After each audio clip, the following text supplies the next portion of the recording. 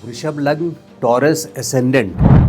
क्या जिस तरह से नवंबर का महीना गया परेशानी भरा, यानी काफ़ी रुकावटें आपको नवंबर के महीने में आई होगी, तो ये सोचने पे आप मजबूर हो जाते हैं कि क्या पिछले 6 महीने में जैसे चल रहा है वैसा ही आगे चलेगा अगले साल मई तक।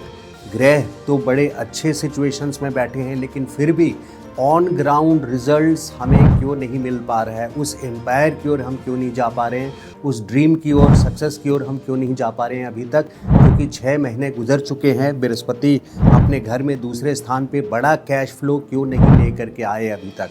नवंबर के मंथ में आपने बड़ी परेशानियों का सामना करना पड़ा आपको, और आपने किया भी, लेकिन क्या अब जो दिसंबर का समय है, दिसंबर के महीने में ये सारे सवालों का जवाब आपको दिसंबर का महीना और आने वाले महीने मई तक के 2026 के आपको इन सब सवालों का जवाब मिलेगा या नहीं मिलेगा, या ग्रह अपने गोचर से, मजबूत गोचर से गुजरने के बाद भी आपको फल नहीं देंगे।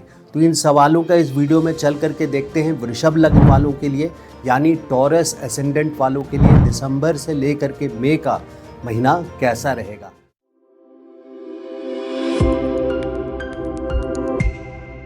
नमस्कार। तो ये डिटेल हम चलते हैं, देखते हैं वृषभ लग्न वालों के लिए। तो सबसे इम्पॉर्टेंट है कि शुक्र जहां आपके छठे स्थान में थे, यानी जो कि आपके ऑब्स्टेकल्स का, रोग, रिपुण, शत्रु का घर है, उसमें बैठे थे, आपके लग्न के कर्ता धर्ता। इसका मतलब ये होता है कि आपको परेशानी का सामना नवंबर के महीने में करना पड़ा होगा। विशेष करके 26 नवंबर तक आपको खास करके ऑब्स्टेकल्स, हिडन एनिमीज, कॉन्स्पिरेसीज यानी षड्यंत्र का भी सामना करना पड़ा होगा। आपके पीठ पीछे ऑफिसेज में कहीं ना कहीं बैकबाइटिंग या कंप्लेंट्स आपकी गई होंगी। तो इस तरह के सिचुएशन से जहां आप फॉरवर्ड मार्च करना चाह रहे हैं, लेकिन वहीं पे लोग आपको पीछे की ओर खींच रहे हैं। तो ये चेहरे हैं अलग लोगों के, लेकिन ये जो बनाए गए हैं ये एक्चुअली ग्रह नहीं, आपके पुराने जन्म के कर्म हैं, जिनके कारण शुक्र छठे में आपको ऑब्स्टेकल्स, रुकावटें दे रही है। तो यहाँ पे शुक्र का जो असर है वो 26 नवंबर के बाद से इम्प्रूव होता नज़र आ रहा है, और 26 नवंबर से लेकर के 20 दिसंबर तक ये आपके लिए एक सोशल रिकग्निशन का टाइम है, अवार्ड का टाइम है। देखिए, ये लग्न आप है, ये आपकी पूरी दुनिया है। शुक्र सप्तम स्थान पे रहेंगे इसके वजह से, तो ये पूरी एक दसम स्थान से दसम स्थान भावत भावों के हिसाब से, यानी दसम से दसम प्रोफेशन के लिए ये एक बहुत अच्छा समय रहेगा 26 नवंबर से 20 दिसंबर तक। तो ये ऐसा नहीं है कि सिर्फ इसी 24 दिनों में ही आपको सक्सेस मिलना है, बल्कि ब्रॉडर पिक्चर अगर देखें तो 20 दिसंबर से 13 जनवरी तक ये ज़रा सा एडवर्स टाइम है, ज़रा सा बैकफुट पे रहने वाला टाइम है। यानी सावधानी के साथ, कॉशन के साथ आपको ट्रेड करना है, हर स्टेप नाप के चलना है 20 दिसंबर से लेकर के 13 जनवरी तक। बट वहीं फिर 13 जनवरी के बाद से एक दौर आएगा, आपके कुछ महीने, कुछ सप्ताह ऐसे निकलेंगे 26 मार्च तक, जो आपके काम धंधे के लिए, बिजनेस के लिए, प्रोफेशन के लिए ये बेस्ट टाइम साबित होगा। शुरुआत में ही, साल के शुरुआत में ही, यानी 13 जनवरी के बाद से ही लेकर के 26 मार्च तक ये आपके प्रोफेशन, काम धंधे के लिए बेस्ट टाइम साबित होगा। प्रेशर ज़रूर फील होगा इस टाइम पे, लेकिन सक्सेस एंड ग्रोथ में प्रेशर को भी फील करना होता है जब एक्सपेंशन होता है। तो ये एक एम्पायर का वर्ड मैंने इस्तेमाल किया वीडियो की शुरुआत में। राहु दशम में, देखिए एक एम्पायर आपको दे करके जाएंगे यहाँ पे राहु दशम में, और सिर्फ अकेला राहु दशम में नहीं है, यहाँ बृहस्पति का भी सहयोग है आपको। बृहस्पति दूसरे स्थान पे, कैश फ्लो की सिचुएशन आपके लिए मई लास्ट तक बृहस्पति की दृष्टि, यानी बृहस्पति साक्षात आपके सेकंड हाउस में कैश फ्लो वाले घर में बैठे हैं। तो कैश फ्लो आपके लिए मई एंड तक बहुत अच्छी कैश सिचुएशन रहेगी। फाइनेंस पोर्टफोलियो से रिलेटेड कोई ना कोई बड़ा काम, यानी बड़ा कैश फ्लो आपका बनेगा। एक बड़ा काम, financial big cash flow is expected bye may and. Jupiter जब तक दूसरे घर में है, इस बात को ध्यान रखिएगा।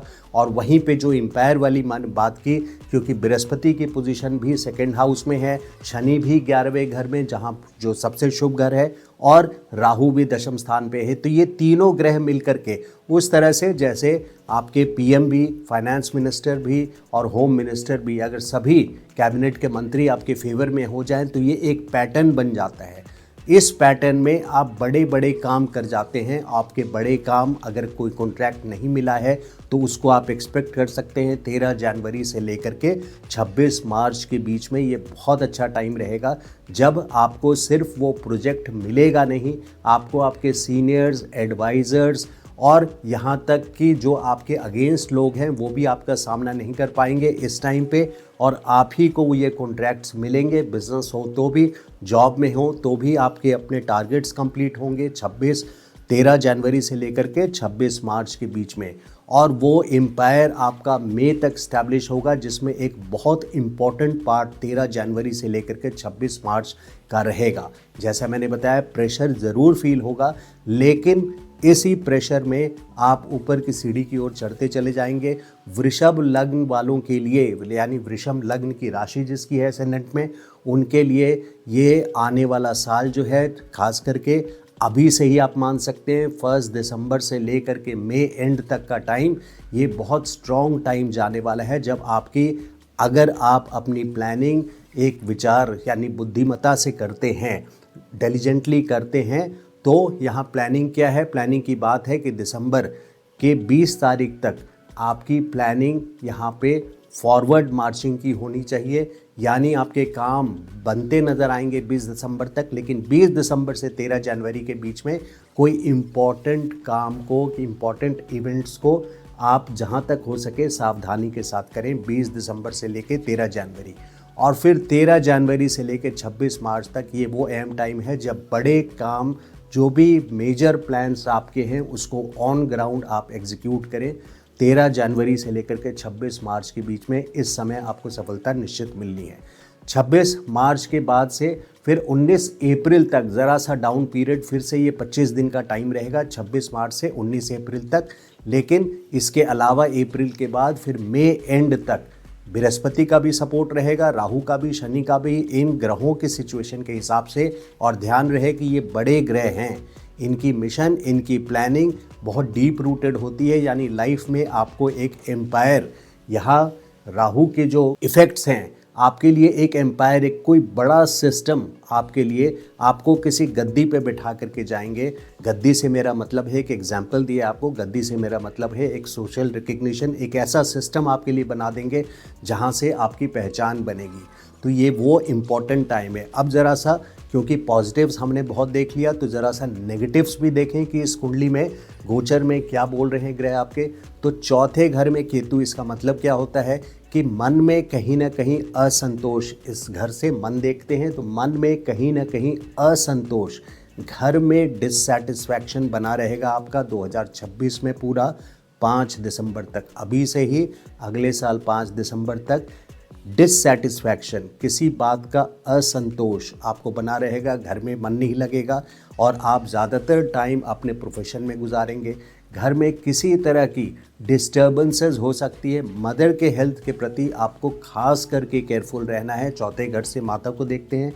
अगर आपने हेल्थ इंश्योरेंस नहीं लिया है उनका भी, तो ये वो टाइम है जब आप इग्नोर नहीं कर सकते। इस टाइम पे हेल्थ इंश्योरेंस लिया हुआ है तो उसके रिन्यूअल डेट्स को ज़रूर चेक कर लें।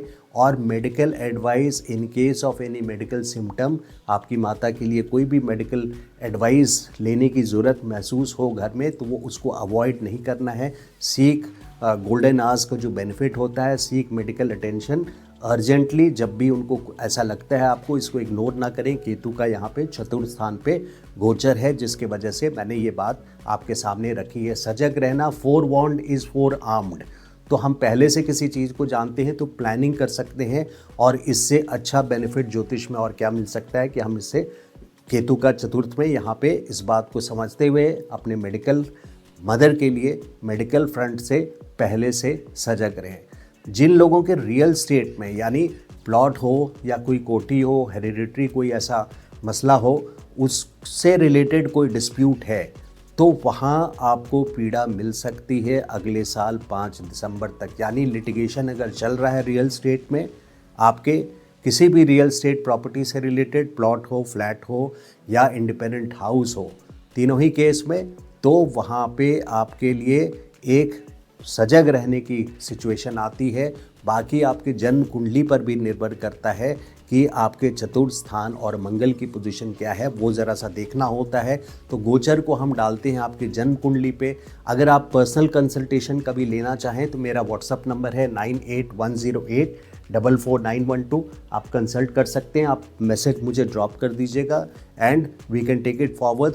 कंसल्टेशन चार्जेस एप्लीकेबल रहते हैं। खैर एनीवे, मैं ज़रा सा यहाँ पे टॉपिक से शिफ्ट हो गया। तो लेडीज़ के लिए देखिए, खास करके लेडीज़ के लिए, क्योंकि यहाँ पे 20 दिसंबर से 13 जनवरी शुक्र अष्टम स्थान पे रहेंगे, तो लेडीज़ यानी women folk should be careful of late night parties. यहाँ पे ज़रा सा उनको संभल करके चलना है 20 दिसंबर से लेकर के 13 जनवरी तक।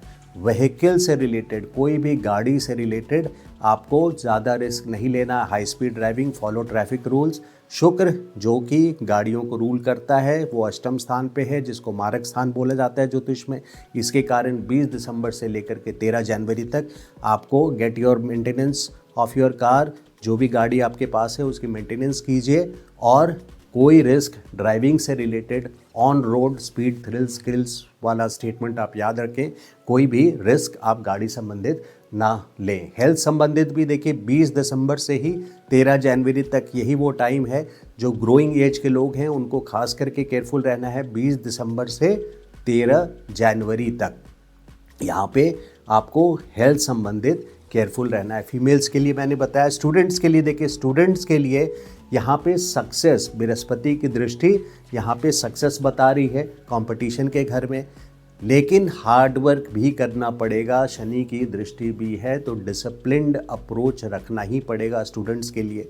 मैरिज के लिए जिन लोगों को मैरिज करनी है और प्रपोजल्स अच्छे नहीं मिल रहे हैं, मैं उनको रिक्वेस्ट करूंगा ज़रा सा आप वेट करें। अगले साल मई के बाद, 2026 मई के बाद, यानी जून 2026 से लेकर के जून 2027 तक बृहस्पति के आशीर्वाद से सप्तम दृष्टि पे, सप्तम घर पे दृष्टि पड़ेगी। इसका मतलब ये होता है कि बृहस्पति का यहाँ पे ब्लेसिंग्स आपको मिलेगा जून 2026 से लेकर के 2027 के जून तक। आपके तीसरे भाव से यहाँ सप्तम भाव को देखेंगे। इसका मतलब ये हो जाता है कि बृहस्पति की ब्लेसिंग, तो वो टाइम रहेगा 2026 जून से 2027 जून तक, जब आपके प्रपोजल्स भी आएंगे और शादी भी इसी टाइम पे होने के पूरे चांसेस हैं। जो लोग स्टॉक मार्केट में हैं उनके लिए देखिए, स्टॉक मार्केट के लिए यहाँ पे कोई बहुत बड़ा गेंस मैं नहीं देख रहा हूँ, लेकिन फिर भी जनरली फेवरेबली 6 दिसंबर से लेके 29 दिसंबर तक ये ज़रा सा एवरेज टाइम है या ज़रा सा फेवरेबल टाइम है। लेकिन 29 दिसंबर के बाद से लेकर के 17 जनवरी तक अपने फाइनेंशियल मैटर से रिलेटेड, स्टॉक मार्केट से रिलेटेड, ट्रेडिंग से रिलेटेड विशेष सावधानी रखने का टाइम है।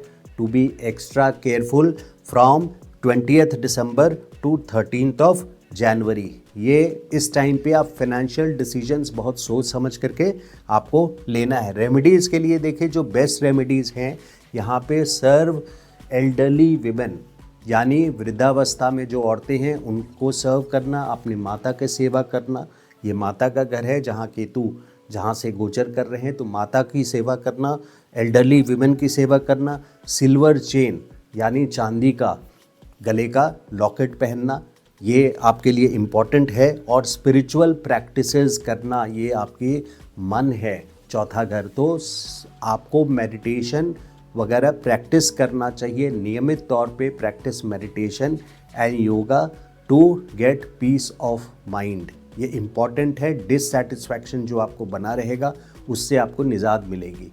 तो ये था वीडियो वृषभ लग्न वालों के लिए। अगर वीडियो आपको अच्छा लगा हो तो request you to like the video and channel को आपने सब्सक्राइब नहीं किया है तो please subscribe to my channel. Thank you so much. नमस्कार।